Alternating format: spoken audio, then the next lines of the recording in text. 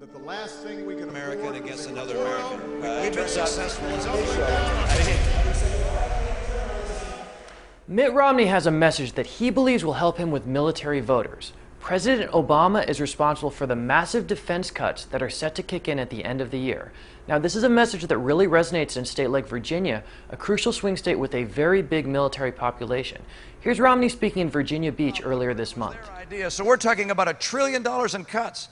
The estimates of the kind of numbers of jobs lost in Virginia from these cuts is between 100 and 200,000.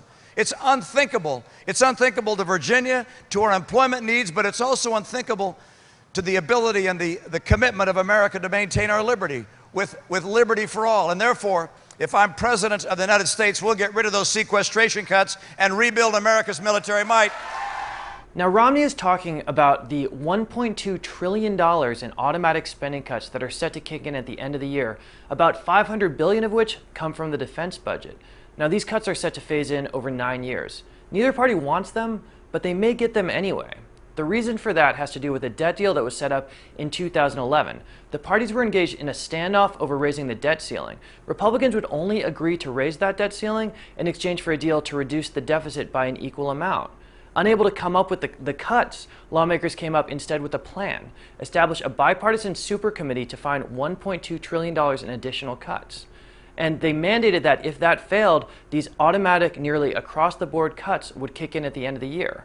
Of course, in this polarized age, they did fail. There was no agreement. So unless something changes, the first round of cuts to the tune of about $109 billion will come in January. Now, there are a couple of problems with Romney trying to blame the president for all this. The first is that this deal only came into being because congressional Republicans demanded these debt reductions in exchange for raising the debt ceiling. Secondly, many congressional Republicans, including Paul Ryan, Mitt Romney's running mate, actually voted to set this in place. This was a bipartisan deal, and both parties deserve equal credit and equal blame for their participation in it. But Romney is pointing to a report in Bob Woodward's new book which says pretty clearly that the idea for the deal originated in the White House. The Obama administration came up with the idea, and therefore it's their fault. But it's a pretty big stretch to put this all on the president's shoulders, particularly when you consider that Romney's own party called for the debt deal in the first place. Now, what is true is that Romney wants to spend a lot more money on the military than the president does. He's vowed to spend at least 4% of GDP going forward on defense.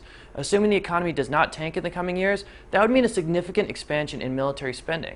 In fact, one analysis found that Romney's baseline would add $2.3 trillion to the defense budget over a decade. I'm Brian Montopoli. Thanks for watching Due Diligence.